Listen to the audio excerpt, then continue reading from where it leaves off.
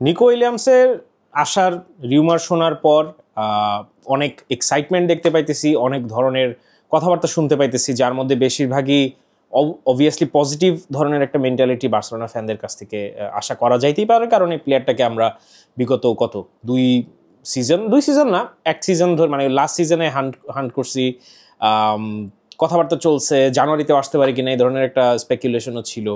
সবকিছু মিলে আমরা জানি যে প্লেয়ারটাকে আমরা বোর্ড চাই, এবং ফ্যানদের ইমিডিয়েট রিয়াকশন থেকে আসলে এটা মোটামুটি ক্লিয়ার যে ফ্যানরাও নিঃসন্দেহে দেখতে চায়। এখানে একটা আমার জায়গা থেকে আমার বেশ কিছু স্কেপটিসিজম আছে।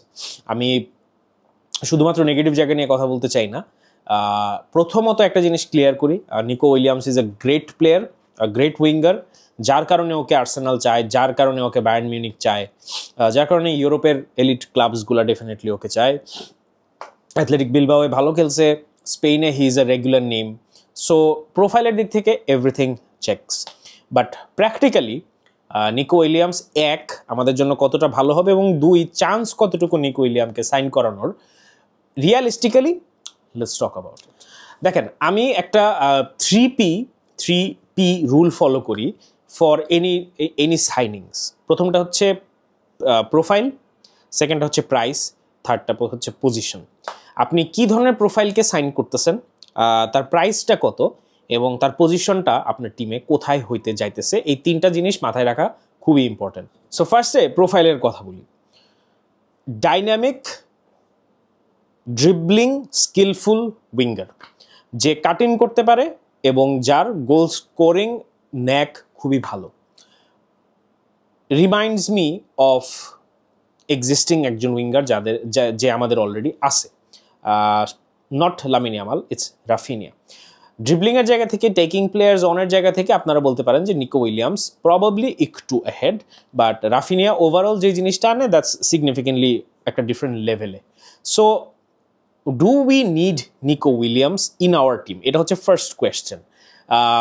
Yes, the profile that Nico Williams has, that is required in our team. So first কোয়েশ্চেনের অ্যান্সারটা হচ্ছে যেটা আমি বললাম, প্রোফাইল, ইটস আ টিক, যে এই প্রোফাইলের একটা প্লেয়ার আমাদের দরকার। এই জন্য কেন? বিকজ উই নিড প্লেয়ার্স যারা উইং থেকে প্লে মেকিং করবে, এবং পুরো দায়িত্বটা আসলে শুধুমাত্র লামিন ইয়ামালের উপর রাখলে হবে না, কারণ ওই জায়গাতে রাফিনিয়া, যেটা আমি প্রথমেই বললাম, ও অন্যান্য অ্যাভিনিউজে অনেক কিছু নিয়ে আসে, বাট যেটা আমরা দেখি যে একলা দুইটা মানে মার্কার দেওয়া, আপনার দুই পাশে যদি দুইটা উইঙ্গারকে মার্ক করার জন্য 4টা প্লেয়ার ডেডিকেটেড রাখতে হয়, তাহলে ইন বিটুইন অনেক বেশি লাইফ ইজি হয়ে যায় for Pedris, Olmos, Gavis and players like that. So and number 9 eventually যে খেলবে তার। সো সেই জায়গা থেকে the question is simple and an obvious yes, যে নিকো উইলিয়ামসের প্রোফাইলের মতো একটা প্লেয়ারেরই বার্সেলোনার রাইট নাও দরকার, এবং এটাকে আরও জাস্টিফাই করে এই জন্য যে ওর সাথে যে নামগুলোকে এখন আমরা শুনছি সোফার, কে Rashford, Rafael Leao and Luis Diaz, এই 4টা প্লেয়ারের প্রোফাইলই আপনারা একটা সিমিলার প্যাটার্ন দেখতে পারবেন। এক, ফাস্ট উইঙ্গার, 2, ড্রিবলিং ভালো, স্কিলফুল, অ্যান্ড 3, একটা গোল স্কোরিং ন্যাক আছে। সো এইখানে র্যাশফোর্ড ট্রান্সফারটার আমি এখনও খুবই অধীর আগ্রহে একটা ভার্ডিক্ট জানতে চাই, বিকজ আই ওয়ান্ট র্যাশফোর্ড। আমি বলতেছি না নিকো উইলিয়ামসের সাবস্টিটিউট হিসেবে র্যাশফোর্ড না, অ্যাজ এ ফ্রি ট্রান্সফার যদি ওকে আনা যায়, আমি মনে করি দ্যাট ইজ অ্যান অ্যাবসলিউট, কি বলবো, জ্যাকপট। সো ওইটা বাদে দ্য প্রোফাইল টিক্স। নাও আসি the most important factor, which is the price. প্রাইসের জায়গা থেকে আমরা যদি একটু বোঝার চেষ্টা করি যে what are the terms being set, cause Bayern মিউনিকের জায়গা থেকে আমরা শুনছিলাম যে Nico Williams asked for around 20 million একটা স্যালারি, যেটা বার্সেলোনাতে ইজ প্রথম, মানে একদম ফার্স্ট কথাই না, সম্ভব না। You are not going to make more money than Pedri. You are not going to make more money than Frankie de Jong, Lamine Yamal and Rafinha. You are not going to make more money than them.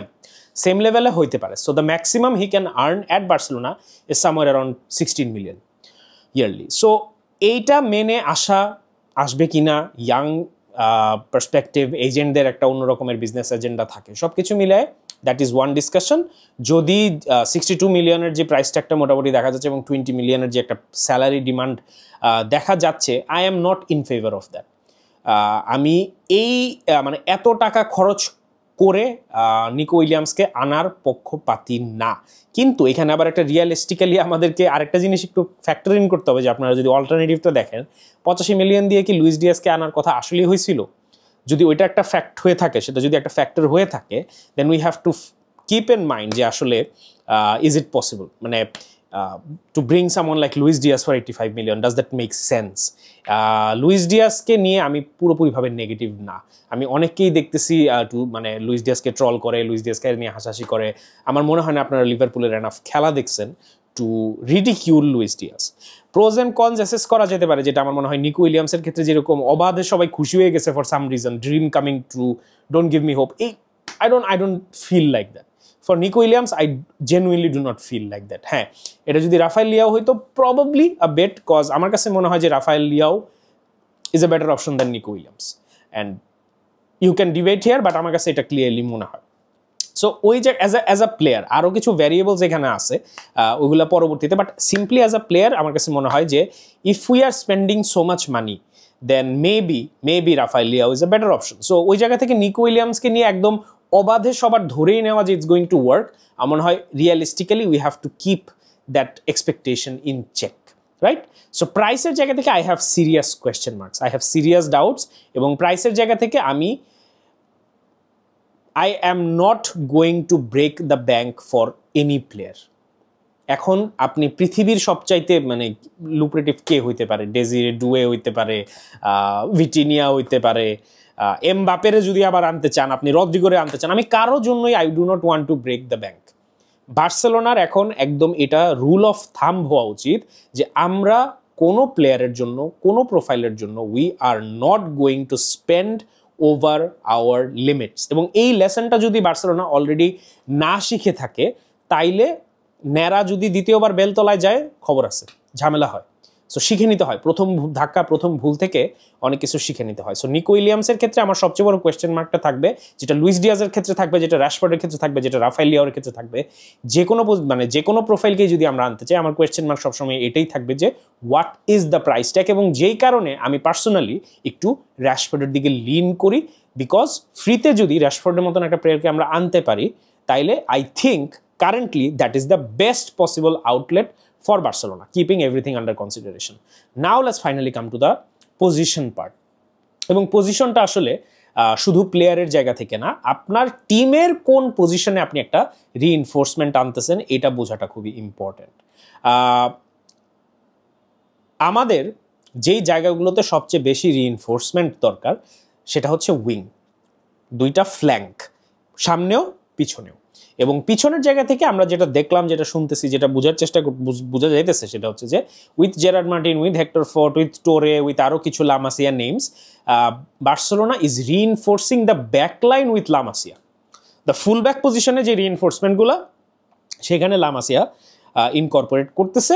উইংয়েও we are hearing names like Dani Rodriguez, Toni Fernandez, এই নামগুলা eventually উইংয়ে হয়তো বা factor in করবে। But আমাদের একটা like for like, যে আসলে আপনার এক্সপেরিমেন্ট না, যে আসলে আচ্ছা হইলেও হইতে পারে প্রমিসিং, এরকম না, একটা sure shot substitution for Raphinha and Lamine Yamal. শুধু সাবস্টিটিউশন না, on a given day any of the three wingers can start.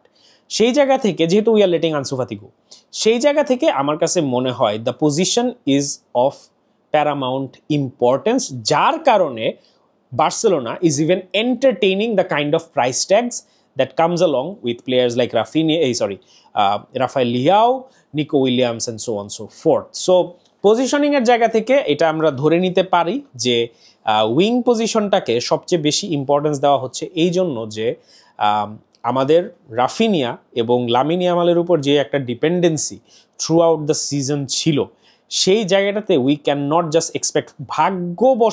সৌভাগ্যবশত লামিন ইয়ামালের মেজর কোন মনে হয় 2-3 সপ্তাহের জন্য একটা ছোট্ট ইনজুরি ছিল সুপার কোপার আগে, আর রাফিনিয়া এরকম একটা ছিল, এরকমই একটা টাইম ছিল। সো আমাদের ফেস করা লাগে না এই রাফিনিয়া এবং লামিন ইয়ামালের অ্যাবসেন্স কোনো মেজর ম্যাচে। সো ওই জায়গা থেকে আসলে এই নির্ভরশীলতাটা আমাদের কোনো না কোনোভাবে কমাইতে হইতোই। সেই কারণে আমরা দেখলাম যে নিয়ে আসার কথা হচ্ছে বেশি প্রাইসের সবচেয়ে মেইন কথাটা যেটা আমরা শুনতেছি, সেটা হচ্ছে উইঙ্গার পজিশন। সো এখানে পজিশনটা is of paramount importance for the team, এটা আমার মনে হয় আমরা বুঝতেই পারতেছি, রাইট? সো সেই জায়গা থেকে তিনটা যে কথা আমি বললাম, প্রোফাইল, প্রাইস অ্যান্ড পজিশন, তিনটা জায়গা থেকেই নিকো উইলিয়ামস, যেহেতু প্রাইসের ব্যাপারটা এখনো জানি না, মেক সেন্স করা শুরু করতেছে। কিন্তু এই জায়গাটাতে আমার বেশ কিছু স্কেপটিসিজমের জায়গাও এখানে আছে। প্রথমত হচ্ছে যে ইনজুরির একটা ইস্যু আছে, ইনজুরি প্রোন একটা ব্যাপার নিকো উইলিয়ামসের কিছুটা হইলেও আছে। যদিও ড্যানি অলমোকে আমরা সাইন করাইছি, সো আসলে প্লেয়ারের ইনজুরি হিস্ট্রি নিয়ে কথা বলার রাইট হয়তো বা আমাদের নাই, and rightfully so maybe. So সেই জায়গা নিয়ে আসলে এটা নিয়ে খুব বেশি একটা টেনশন করার জায়গা নাই। কিন্তু আমার যেই জায়গাটাতে আমার একটু হিচকিচানি আছে সেটা হচ্ছে যে can it effect the team chemistry. এটা আমি কেন বলতেছি একটু এক্সপ্লেন করি। So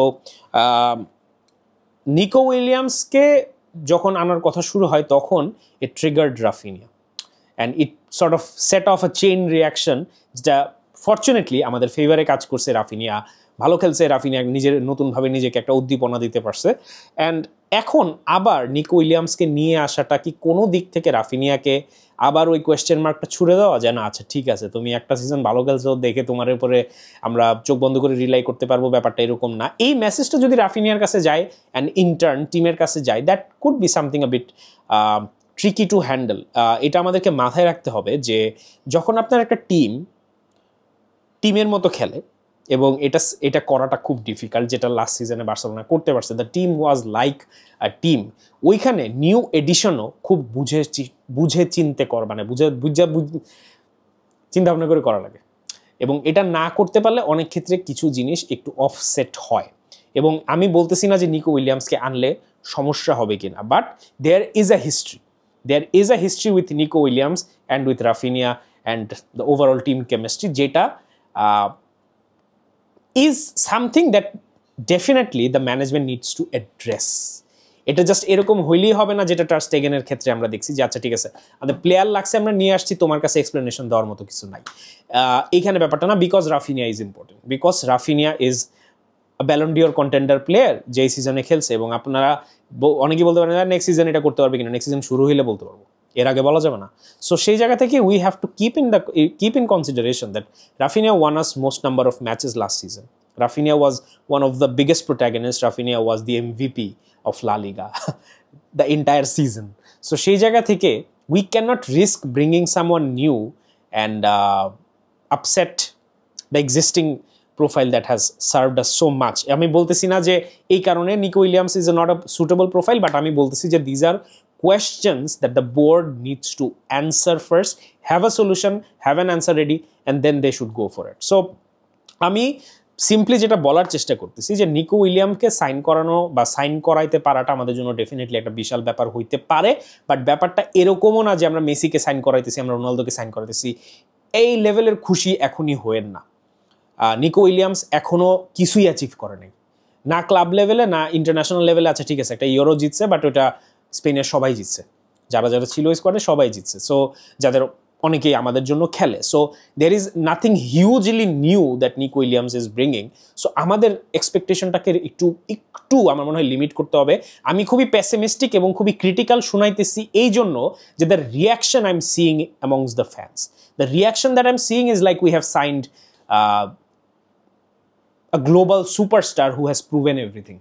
The reaction that I'm seeing, it's almost like the Madrid fans were giving reaction after signing Mbappe. We haven't signed Mbappe.